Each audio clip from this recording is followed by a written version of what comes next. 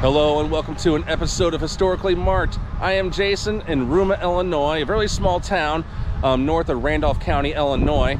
And I am standing next to one of two historical markers about Dr. George Fisher. Now, little is known about this guy. I don't know when or where he was born. I don't even know what he looked like. Of course, photographs didn't exist back then, so no paintings of him exist apparently. But he is important enough to have two historical markers about him. One here, the other one 6 or 7 miles away at his burial site elsewhere in Randolph County, which I'll be visiting as well. But I'm going to go ahead and read off what it says here, so go ahead and join me. So this here is Illinois Route 3, which takes you to Chester, the Lincoln Heritage Trail and the Great River Road. And this is the intersection of Illinois Route 155, which takes you all the way to Fort de Chartres, or I hope I'm saying that right, the state park, which I definitely hope to do an episode on in the near future. It's a really short highway, but it's really cool. So, but at the intersection is the first one, and I'm in a ditch, so that's why I'm kind of shaking. All right, Dr. George Fisher. Kaskaskia physician, lived on a farm 8 miles west of here from 1806 until his death in 1820. 1801, first sheriff of Randolph County. 1805 to 1808, member of 1st and 2nd General Assemblies of Indiana Territory. 1812 to 1816, Speaker of House in 1st and 3rd General Assemblies of Illinois Territory. And in 1818, member of 1st Constitutional Convention. I'm getting the idea the same text is the same on his other one, which is again at his burial site. This was put here by the Illinois State Historical Society in 1955. And again, researching this gentleman was more than a challenge because, I mean, Google didn't even help because, I mean, seriously, how many George Fishers have walked this earth so far? But I did manage to find a Facebook post from the Kaskaskia Cahokia Trail, and they were actually able to give me more information on Dr. George Fisher, so I'm going to go ahead and dig it up real quick. Alright, so George Fisher was the fourth son of Adam and Christine Fisher of Hampshire County, Virginia, and the eldest of 3 minor sons named in Adam's will. He came of age about 3 years after his father's death, and the court record shows that he received the portion of his inheritance on March 1st, 1786. Okay, so a little bit of evidence. This information, by the way, is from the Fisher Genealogical History, so I'm not really plagiarizing, but this is pretty much just all the additional source of information I got from Fisher. But the tax list of 1787 gives his name with 3 in his family with 4 slaves. It is traditional that he went to Germany to study medicine, but nothing to show it to have been a fact that has been found. So George Fisher relocated to Randolph County in this territory of Illinois right around 1798 and became a permanent and prominent citizen in Kaskaskia, which was not too far from here.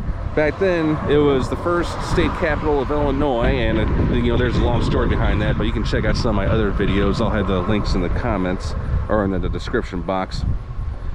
But the history of Illinois states that he was sheriff of Randolph County in 1801, like it says in the marker. Now, Dr. George Fisher, according to another reliable history of Randolph County, he removed from the village in 1808 and bought a farm at the ford of the Bluff, 6 miles above Kaskaskia on the Prairie to Rocher Road. A short time after he moved to the farm, smallpox broke out in the vicinity of Kaskaskia, and Dr. Fisher built a hospital on the farm.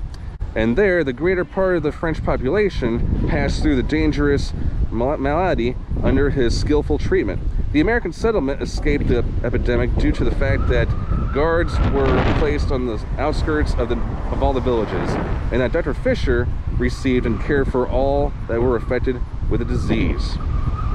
Now, he served in the War of 1812. Now, that's something interesting that's not mentioned on this marker, as a surgeon in Stevenson's brigade. He was an active Mason and helped to organize a lodge at Kaskaskia. And of course, it says here he died in 1820. His estate was large and litigation lasted for years.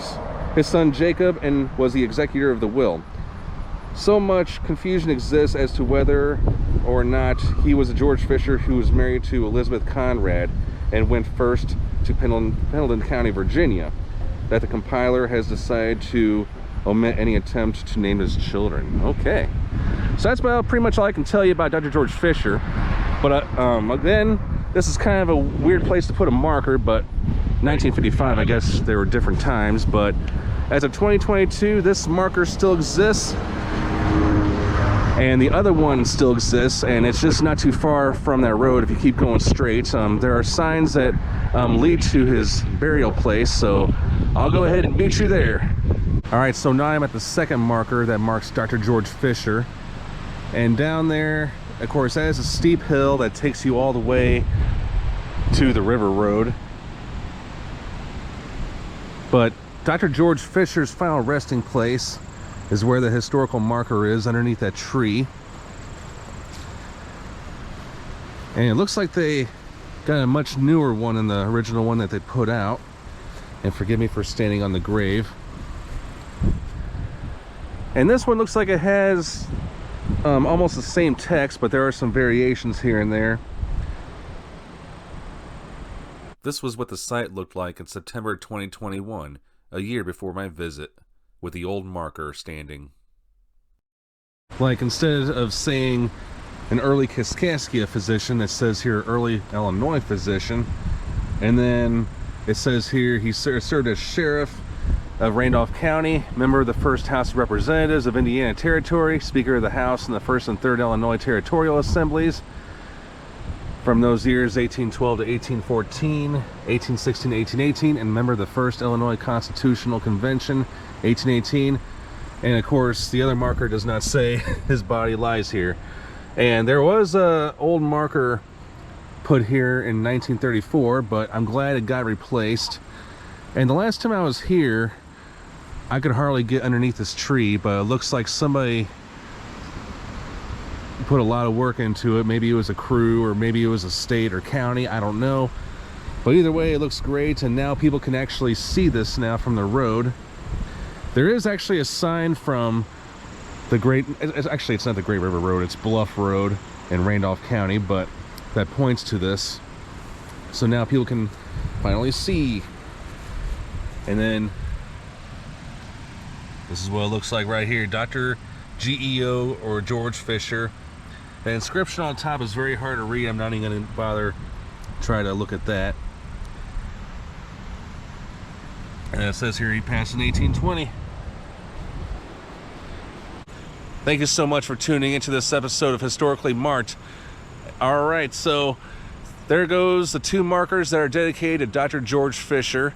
One of them in Ruma, and of course right here where he is buried, both in Randolph County. So hope you learned a little history lesson today about an important man during Illinois' early days. So I am Jason, signing off.